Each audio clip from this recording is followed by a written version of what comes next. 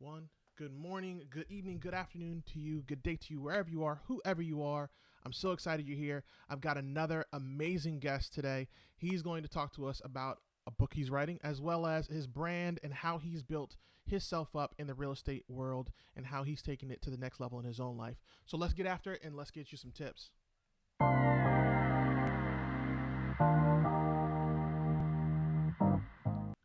Ladies and gentlemen, boys and girls, I would like to welcome Mr. Eric Martel.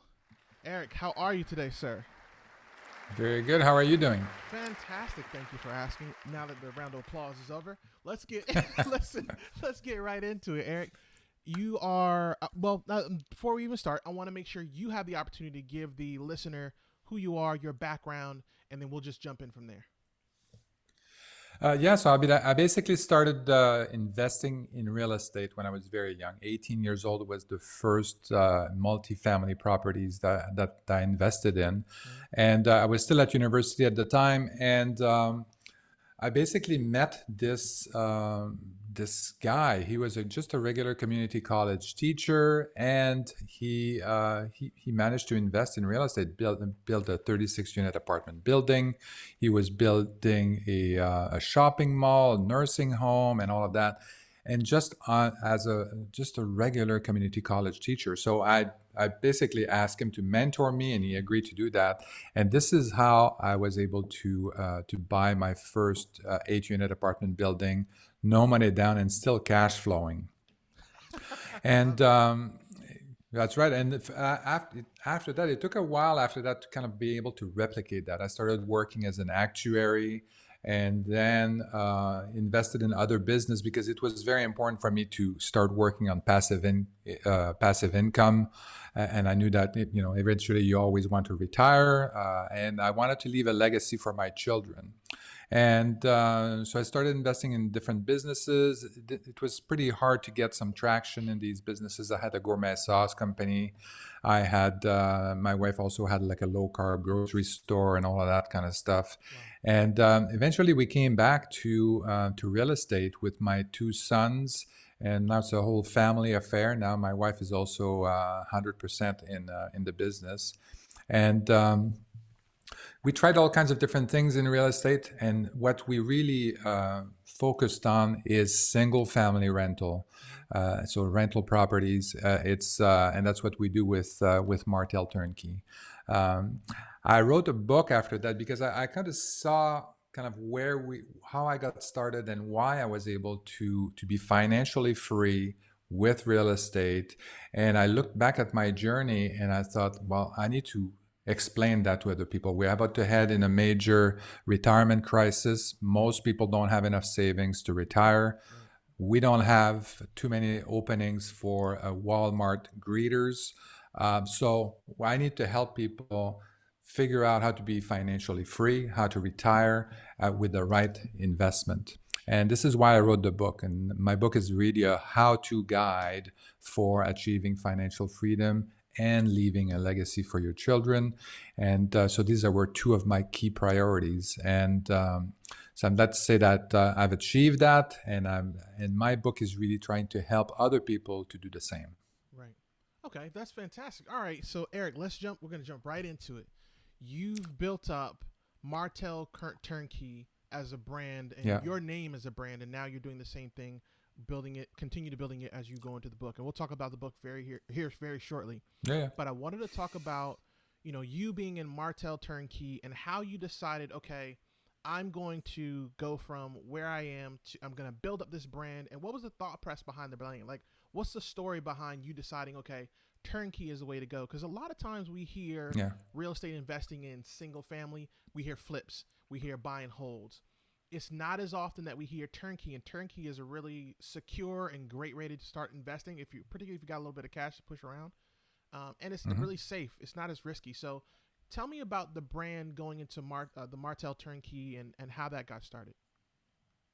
Yes, actually, when we got started, we started under Martel Family Realty. We just created an LLC just for us to build our own passive income portfolio. So that was the goal initially. Right. We have done a few businesses in the past, and our friends kind of were kind of started asking us like, what are these guys doing now? Like, and then they would hear, for example, that we bought a house in Memphis, a rental property in Memphis, and it's like, why Memphis or why Cleveland?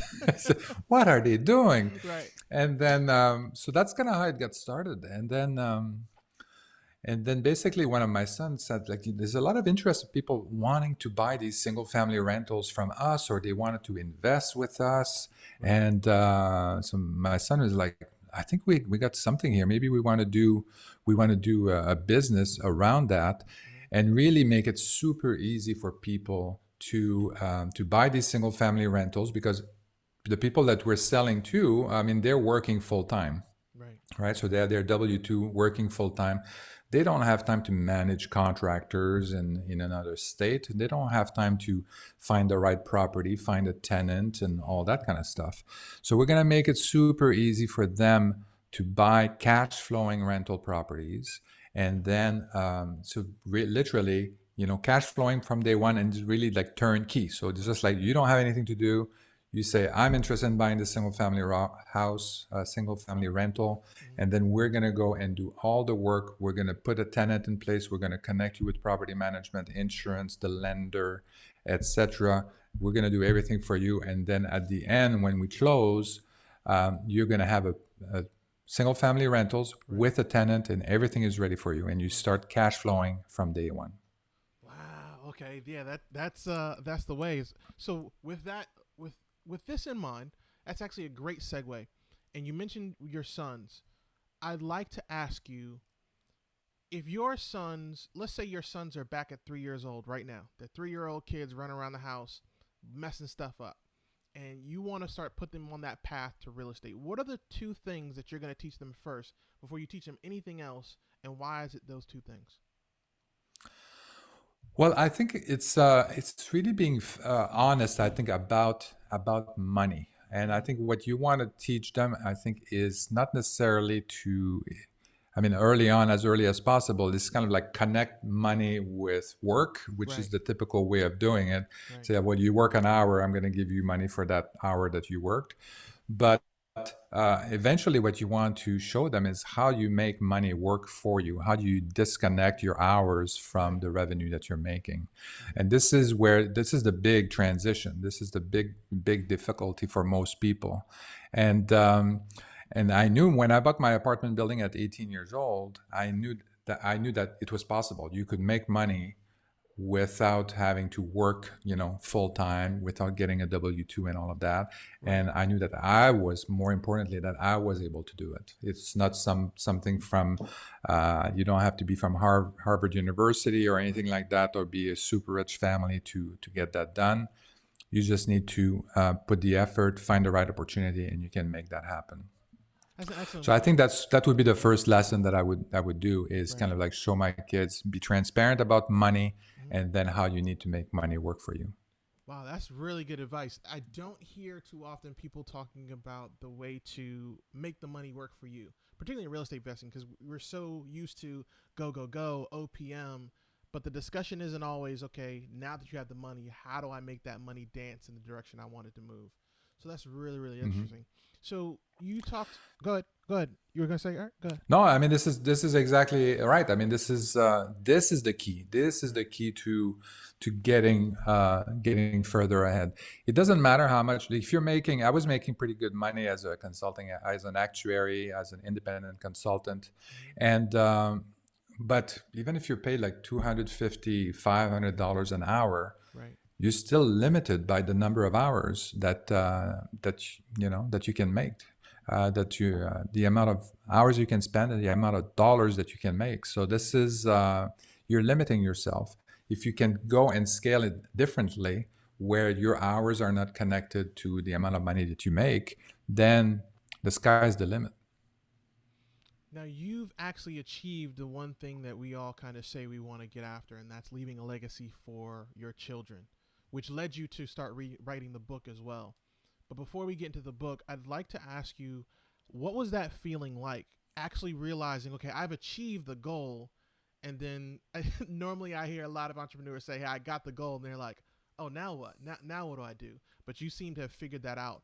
What was that feeling like? And then how did you decide, okay, now it's time to write a book and this is what I'm going to write about? Yeah, so don't worry too much about what's going to happen after. Just get there, Right. first of all. And then the next thing is that, I mean, once you're working with your family, I mean, this is what I'm doing now. I'm working with my two kids.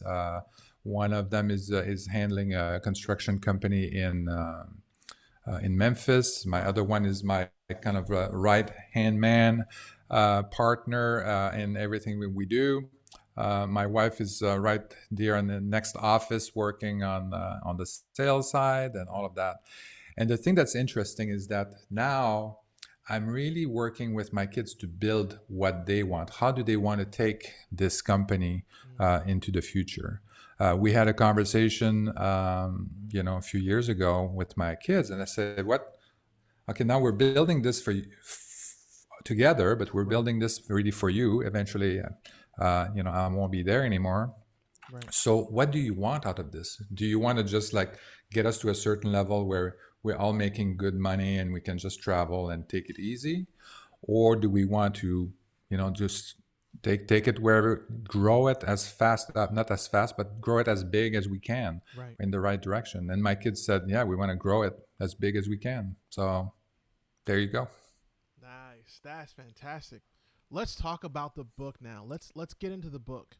So your book is basically a how-to guide on building a legacy for your family and building a legacy in real estate. What led you to decide this is the particular topic that you wanted to run with and tackle as you're still running a business, you're still teaching your boys. Like that seems like it's a lot to try and handle in some shape or form, but I imagine that affected how you work the book. So what led you to the path of saying this is the things I want to write about, and then how do you feel like that developed as you continue to write? Hmm. I think everybody should write a book. I think this is very formative because the book that I wrote is not the book that I started writing. Right. I started writing a book more about the journey into real estate and kind of like how I got to where we are today and kind of that kind of stuff. But it really helped me kind of reflect on why I was here and who participated in my success. And um, and then I kind of like started thinking about, well, how can I help other people do the same? I thought the story of my journey would be inspiring and Right. all of that, but it's not enough. Inspiration is not enough. You need to have more, I think, strategies, more tools, more concepts in order to get that going. Right. So that book really transformed like pretty early on into this how-to guide to achieve financial freedom, and there's really like three sections. One of them is the mindset, Mm. and then the second section is really about selecting the right strategy for you and having the right alignment. Right. And then after that, there's some other concepts to the more finance concepts, Mm-hmm. and then taking you through the journey. Throughout the book is basically taking you through the journey, and hopefully by the end of the book, you've done at least one real estate transaction, and then you can keep using that book over and over again to build your passive income portfolio. Nice. Okay. So it walks you not just through the journey, but it kind of gives you the how, like just like you said, the step by step. Hey, this is the one you want to pick. Here's your mindset. Let's talk about the Exactly. mindset thing because the mindset thing is huge, and particularly for you because Yeah. clearly, as you could tell by the accent, for those who listen and watching, you're not, the second language being English, right? And you Yep. had to have your path had to be a little bit different than everybody else's. As you were writing the book, what was kind of the most impactful thing for you that you reflected on as you wrote the book?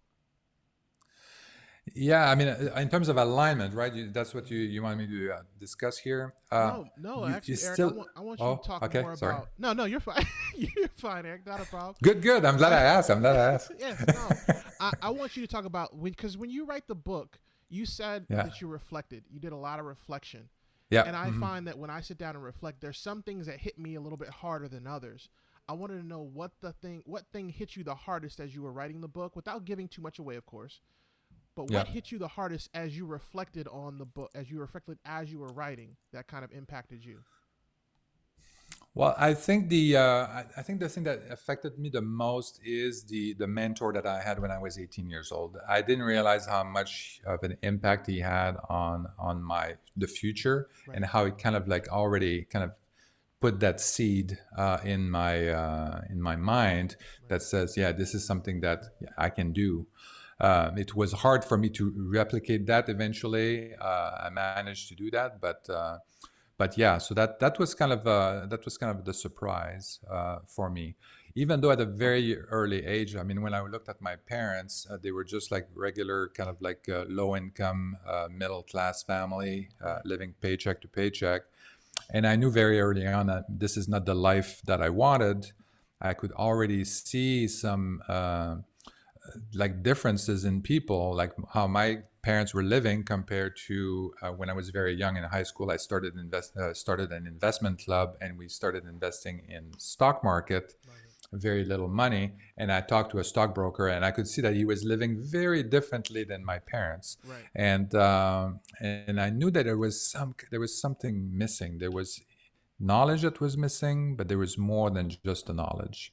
There was something else, and this is what when I got the mentor and all of that, this is where things started to move in the right direction. Okay. You mentioned earlier, and you actually said this a couple times that you started when you were 18. Hmm. Going back to the mindset thing, and I'm certain you cover this in the book. The mindset of an 18-year-old getting into real estate investing and starting an investing club and getting a mentor. Wow. How did you deal with that discomfort at the age of 18? Because that's a whole new stratosphere you're stepping into. And like you said, your parents weren't great, well off, and your mentor was a little bit further off. But you realizing that and then making the decision, I'm going to real estate invest. How did you deal with that fear? Because there's a lot of fear and discomfort that comes with that first. How'd you deal with Hmm. that fear and going into that? So there's a couple of things. First of all, it was during my high school and elementary school. Mm-hmm. I was kind of the kind of guy that would go to the teacher and say, "Hey, I read this book and I would like to do." That's what I did when I was in fourth grade. I Right. read a book from about Disney thing, Lady and the Tramp, and I went to the teacher. I want to do a is that called like not a movie, but like a theater, a play about Right. this book. And Okay. she said, "What?" And then I said, "Oh yeah, okay, sure, let's do it." But throughout through the education, I mean, I've had that over and over again. People say, "Oh, I want to do this." Okay, I want to do an investment club in high school, and the teacher said, "Okay, let's do that." So Right. I got a lot of okays and yes, and let's keep going Right. in everything I did. So in my mind, I felt like this is kind of how things go. I mean, I want to do something, and people are going to support me. I know it's not what everybody experienced. Obviously, most people they keep hearing no's, no's, no's. Right. For me, it was that it was. I heard a lot. I felt like whether it was there or not, I felt that the support was there. Um, the other thing too about taking risk and taking risk and taking these what appears to be big risk Right. is that I felt that I already had taken risks in the past and putting myself out there, and so that's kind of built up to a certain level where now it was a little bit bigger, and also I didn't have any money, so so That'll I, help. I said, okay, what's the worst thing that can happen? This is Right. often something that I ask myself. What's the worst thing that can happen? I'm not gonna die. I'm not gonna be, and even if I did, I mean, I won't feel any pain. I go bankrupt maybe or Right. something. I don't know, but there was really I didn't feel any kind of issues, yeah, any kind of major risk or negative impact, like seriously negative impact, because I had no money. So Right. and when I look at that, the negative impact compared to the potential positive impact of that, I mean, the positive, completely surpassed the negative impact. So there was, for me, it was kind of what we say a no-brainer. Right. That's interesting. I actually had a similar discussion with my wife. And we were looking at real estate investing as we are now. And my thing was, hey, what's the worst that can happen? Are you going to leave me? She said, no. I said, okay, so we're good there. I said, we're going to be homeless? Yeah. No, we just stay at your parents' house. Okay, we're good there. Are the girls still going to be able to eat? Because I got two girls, of course. No, they'll be fine too. We can, do the college ramen tour for a good couple years. Just eat ramen. Okay, so we're good, right? So that makes a lot of sense. That it's a win-win situation regardless. You just have to stick it through it. Yeah. With that said, Yeah. you started writing the book, and as we talked about all some of the details of the book, you got into the book, and I imagine your wife and your sons have had a profound effect on you, at not just for you writing the topic of the book, but as you were writing the book. When you approached the wife, what was her kind of response to you wanting to write the book, and then how did she impact how you wrote the book? Well, the thing is that I always wanted to write a book, and I didn't like. I was kind of interested by that and intrigued, but I didn't know how to go about it. I didn't know, what it would be about. And for me, like everything I assume in my mind, if I know, everybody else knows. So that's Right. my that's my philosophy. I like it. And then my wife always kind of like told me, I said, "Hey, you should write about that. You should do." The people don't. I said, "Well, everybody knows that." And they said, "No, not everybody knows that. You should tell people." So, come on. And then so there's been a lot of discussions like that. And I started writing articles, and then people were like, "Oh wow, this is very interesting." And Right. so again, it's kind of like you start with something small and you put it out there, and you see what the reaction is. And then I started realizing that, yeah, people don't know what I sometimes some of the things that I know. And obviously there's some things that I don't know that I want to read in other people's book and articles and stuff. Right. So that's why I decided to write it. And also meeting people, when I meet people in different meetups or conferences and all of that, I can see that we may have different. Sometimes it's difference of opinion, Right. but sometimes it's also a gaps in knowledge, or gaps in kind of like, yeah, gaps in knowledge, or techniques Right. or concepts or tools and stuff like that. And I feel that I can help them do that. I like it. Okay. So Eric, let's go into a little bit more about the book. You Hmm. talk about basically, like we said before, it's a how-to guide. What is, if you were able to reduce the book down to one particular rule that you would give the person who's reading, who's working it out, figuring it out, what would the rule be for their real estate investing journey?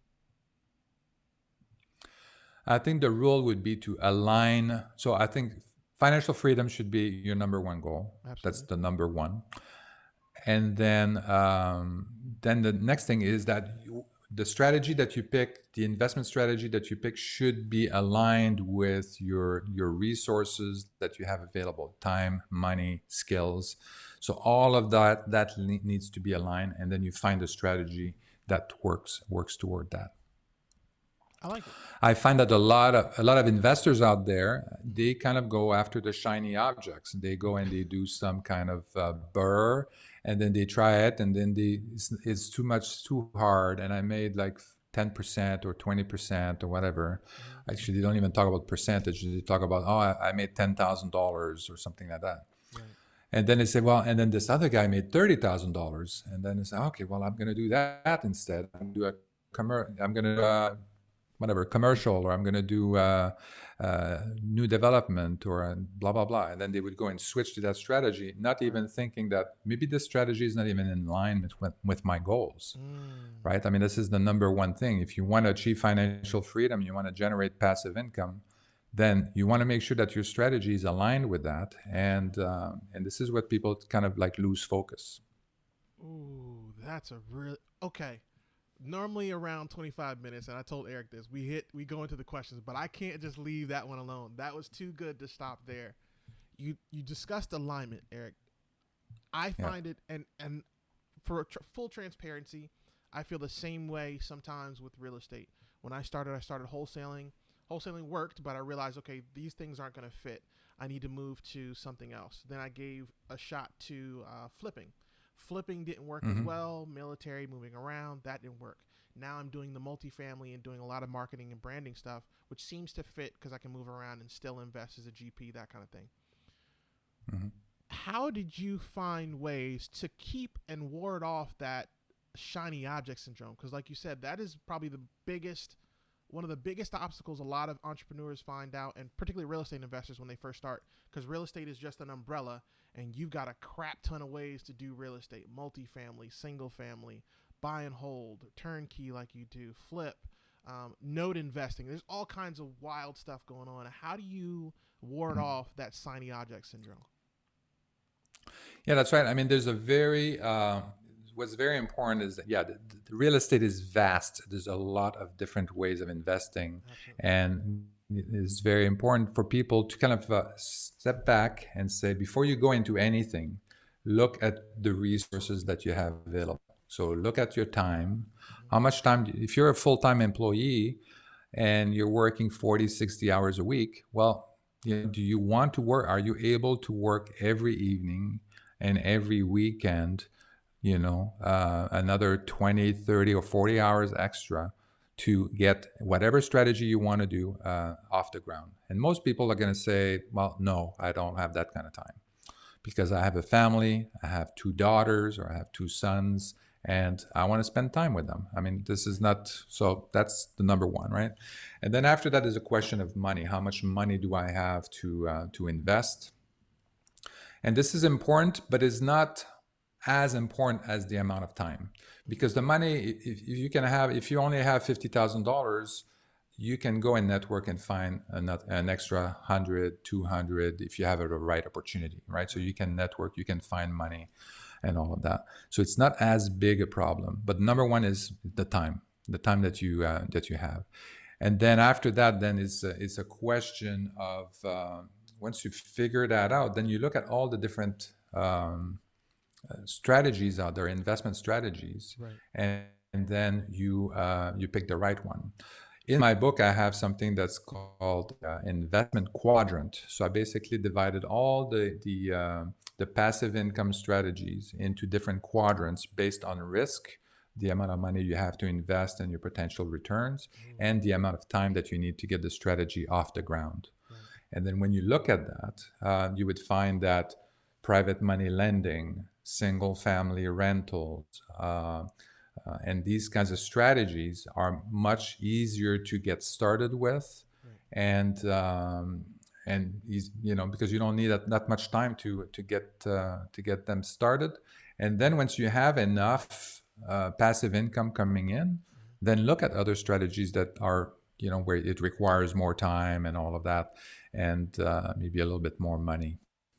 So at that point, but I recommend that once you hit like 80% of your expenses, your monthly expenses, if you're interested to spend more time and find more exciting strategy, maybe a burst strategy or mobile home or self-storage, then you can go and explore that a little bit. Take time off from work, not that you have enough passive income coming through, then take time off for work, and then do more research and invest if you're interested in other strategies that are going to have a higher return, yes, but also more time.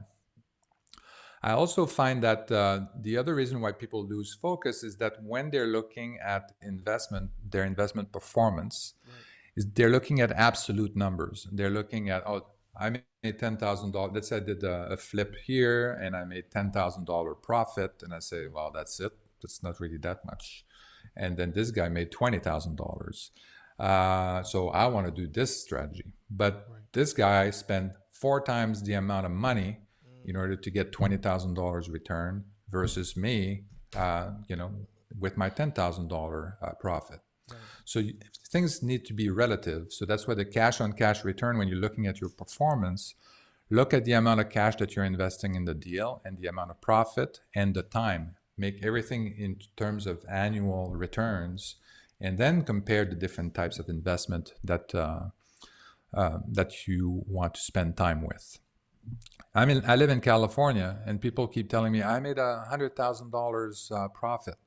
I said, okay, yeah, so but you put $2 million in, right? Right. So that's not a big return, right? So I'd rather spend $60,000 and make $10,000 profit in Right. out of state. It's Right. much higher return.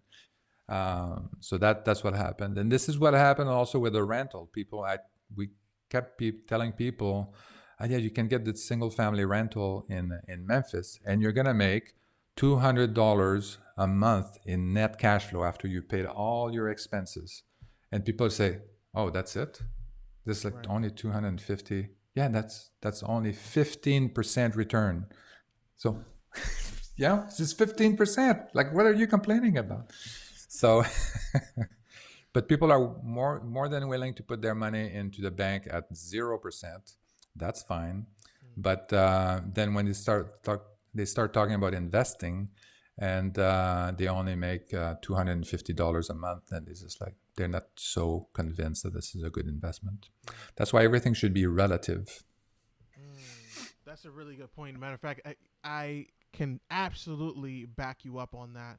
I've had that same experience, particularly with flipping. I thought, okay, flipping is fast money. I'm going to get a lot. It's going to be easy. Mm-hmm.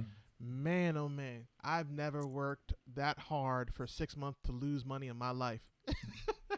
Not it is not as easy as advertised. We watch the HGTVs and we watch all this stuff, and it doesn't at all Yeah. do the process and what has to go through and the stuff that you learn for that matter. It doesn't give any of it justice. And similarly on the multifamily side, we Mm-hmm. look at multifamily investors like the Grant Cardones and the Graham Yeah. Steffens and these people who have been doing it a long time are high level. But even when you have Mm-hmm. 1,000 doors, what's the percentage that you own on those doors? Right? You can have 1,000 doors. It Yeah, sounds really good, exactly. but it could Yeah. total up to a clean 10%. Which, don't get me wrong, it's a good Yeah. chunk of money. But compared to having 100% like you are in turnkey, or if you're doing a buy and hold, there's so many pros and cons. So I absolutely agree with you. That absolute number thought Mm-hmm. process is, in my opinion, probably the best way to handle it.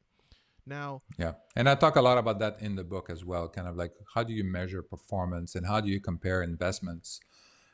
So I think it's very important. yeah, that's super important. So back to the book.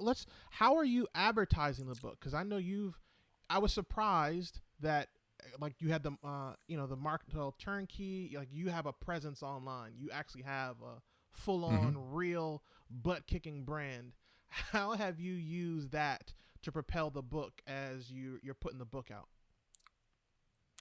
Yeah, so I mean, we've used the main purpose of the book is really to help people achieve financial freedom. Again, I think we're heading into a major retirement crisis. I think it's been happening over the last 30 years, and we're at it's about to hit the famous fan. And I think that the millennials are going to be in even worse trouble. Right. First of all, they have high student debt. They cannot. What saved us a little bit is that we were able to buy cheap real estate at an early age that grew into like super expensive real estate later on. Uh, the millennials right now, they're at the high point of real estate, and it might continue to go up again. At what rate, we don't know. We're also heading into a gig economy more and more. So that means gap in income. That means when you finish your project, it may take you a while to find another project. So how are you going to fill that gap? Right. You may have at one point a very high rate on a project, and then the next project is going to be at a lower rate. How do you fill the gap there while your expenses are still coming in? And then you're going to be competing so with everybody working from home. That means that you're also competing with anybody else that's working from home in the world. That's going to be that's going to be very different as well. Right. So if I can work with somebody that I'm paying $100 an hour in California, let's say, Mm-hmm. or I can get somebody that I can pay $20 an hour in India that speaks very good English, that has a degree and can do pretty much the same job, and he works the same hours that I do. Mm-hmm. It's going to be This is kind of where we're heading. It's going to be very tough. It's going to put a downward pressure on the revenue, the salary, and the hourly rates for the people here. And so that's why it is very important for people to really think about that and invest wisely, Right. and to fix all these problems. And financial achieving financial freedom should be everybody's number one goal. So that's why I wrote the book. We are advertising on that. I know I'm answering your question in a very long No, no, no. way, but No, you're fine, Eric. so Keep we going, are please. we are we are advertising the book through Martel Turnkey on some mailings and stuff like that. But this is not the driver. My driver and my ambition is that I make a change in somebody's life. Somebody's going to look at this and say, "Yes, this is." I see how this is the piece that I was missing, Right. and this is what I'm going to be focused on. Like if they decide, to me, the single family rental is probably the easiest and best way to get started in real estate, Right. for passive income. So if you do that and you do it consistently, so I don't care if you're doing it through Martel Turnkey or if you're buying it from one of our competitors, Right. or if you mix and match and whatnot. I happen to think that my company is the best turnkey provider in the U.S. for our markets, but you may have a difference of opinion, and you may be interested in other markets. So you can do all of that, all of the above. My goal is to help people achieve financial freedom. Absolutely, and that's actually why I wanted to ask you that question, Eric, is because and of course take this with a grain of salt. Just my offering to you, because you have a platform. I think it's super important that you're able to put this out on your platforms because you've done it, yes, Mm-hmm. but there's so many people that could use your help from your book. And no, ladies and gentlemen, this isn't a money grab by any means. Eric's book, as you can hear, Eric knows what he's talking about when it comes to real estate investing. Having the opportunity to read a book like this is always going to be advantageous. If it's Eric's book, if it's Brandon Turner, if I write a book, God forbid, if I write a book, if there's information that you can take and you can take action with it, take action with it. And I say that to go back to, saying to you, Eric, man, please don't feel bad or feel apprehensive about putting your stuff up on your platforms on the website. Lottie dottie, Mm-hmm. everybody. I'm going to take a picture. I'm going to put it on my platform because, like you said, the aim is to help people invest in real estate. And that to me is the most important thing. And you having the platform like you have is a great, great way to do it. Whether it's free, a dollar, Mm-hmm. or $500, having the ability to put that out and for people to see it and say, hey, I'm going to read this book. I don't know. I may not know Eric Martel. I may not know Oliver Perry, but I know if there's some information I can take from this book, I'm going to take it and put it into action. And like you said, that's now the goal. Now that you've already achieved a freedom and financial success for the family and the legacy, now you can help some other people build their legacy as well. So I'm honored to be a part of that. Let me say that. Now, with all Oh, that thank you, thank said, you. no, my pleasure. With all that said, we're going to get into segments. And first segment we're going to do is the breakdown with our famous two questions. Calm down, everybody. Relax. No round of applause. Please be seated. We're going to get into this. All right. So, Eric, first question is, what is your troop to Yep. task for our listener? For those listening and watching, a troop to task is when he is going to give you one thing you can do right now to start your journey on a real estate path in whatever way Eric thinks is the best. Eric, the floor is yours. Well, I think the number one thing that you need to do is calculate how much you need in passive income to achieve financial freedom. So look at it from your expenses, how much money you're spending every month, and look at how much money is coming in right now passively. Maybe you already have some passive income, and then look at that and see what that number looks like, and then try to figure out how much. Look at my website, for example, and figure out how many properties you need to get in order to fill that, to achieve that level of revenue per month.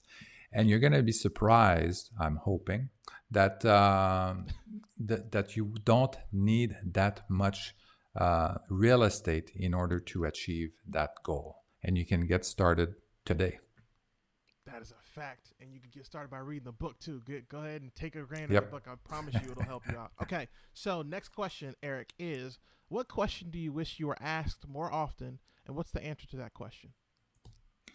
Well, I think what is the main failure point, I think is important, and I think my answer to that is the alignment, is really be focused on aligning and staying focused on that strategy, and aligning your resources, your time and money and skills with the goal that you want to achieve. I think this is a critical factor, and stop looking for the next shiny object and all that.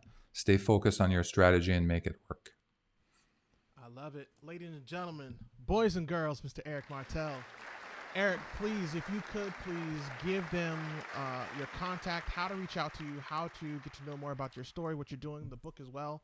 I'm going to give you the floor to do that right now. Yeah, so I have a website, also a personal website, MartelEric.com, where you can see all my social media stuff.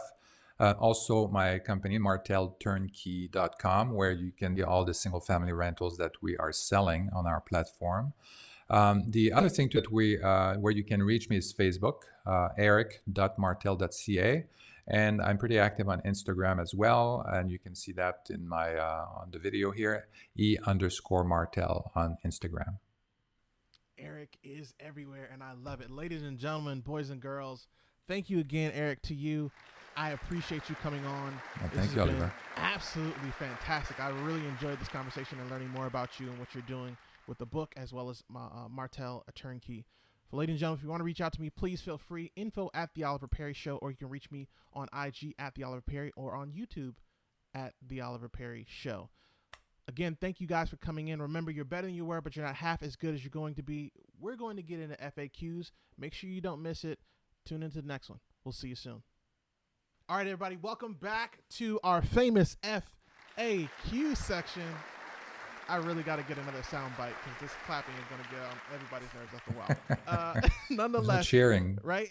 Eric, we're going to jump right into it. Okay, so the first question is, and this is really simple for you, what is a turnkey investment? Turnkey investment is an investment where you, as a buyer, an investor, have minimum effort. You need minimum effort to basically get the return from it. Next question is, how do I find a turnkey market to invest in? Well, this is a very important question. We have a number of criteria that we're using for finding these markets. And the number one is landlord-friendly state. And then after that, we're looking at the median house price, the median rent. And then we're trying to find markets or zip codes that have a close to 1%, follow the 1% rule. Basically, when you divide that median house rent divided by the median house value, if it's around the 1%, then we start to kind of like focusing a little bit on that. And then we talk to people on the ground to really confirm that this is the area that we want to be in. If you had $1,000 only and you wanted to start investing in real estate, what would you do? Oh, that's a tough one. I would probably invest in advertising. I would probably invest in, yeah, that's a tough one. I would probably invest in some business cards, I think. Okay. And start networking. I like it. That's a great, actually, that's a really, really good answer. That's a really good answer. Actually, we don't even use it. I don't even use cards anymore, so. That's all right. That's all right. That networking part, the part that would help you get the win. Okay, next question. How do I start writing my own book? Well, I think it's. I think you want to start by kind of writing some ideas and then structure them in a certain way. So try to figure out like a topic that you're passionate about, and organize your thoughts around that topic and how you want to communicate them. I like it. Okay, last question is, if you were to warn your younger self about one obstacle, what would that obstacle be? Well, the one obstacle that I had was trying to replicate what I had done. Like I bought that apartment building with no money down, and it was very hard for me to replicate that later on. It took a lot of effort for me. It took me like 9 months to find that one building that was, where I had no money down. I was able to get seller financing, so it was very difficult. And I think what I would have done is asked, tell myself that basically you need to have other investors in there to help you do the joint venture or something like that, and find that money so that we can replicate these the buildings in the future. So these investments in the future. So I'd rather have 50% or 20% of a deal of some profit than 100% of nothing, as we say. Ooh, that was good. All right, ladies and gentlemen. Eric, thank you so much again for coming on, man. Thank you for being a My part of this. pleasure. Thank you for having me. Absolutely. Ladies and gentlemen, if you have not already watched Eric's episode, make sure you go back. Round of applause for Eric.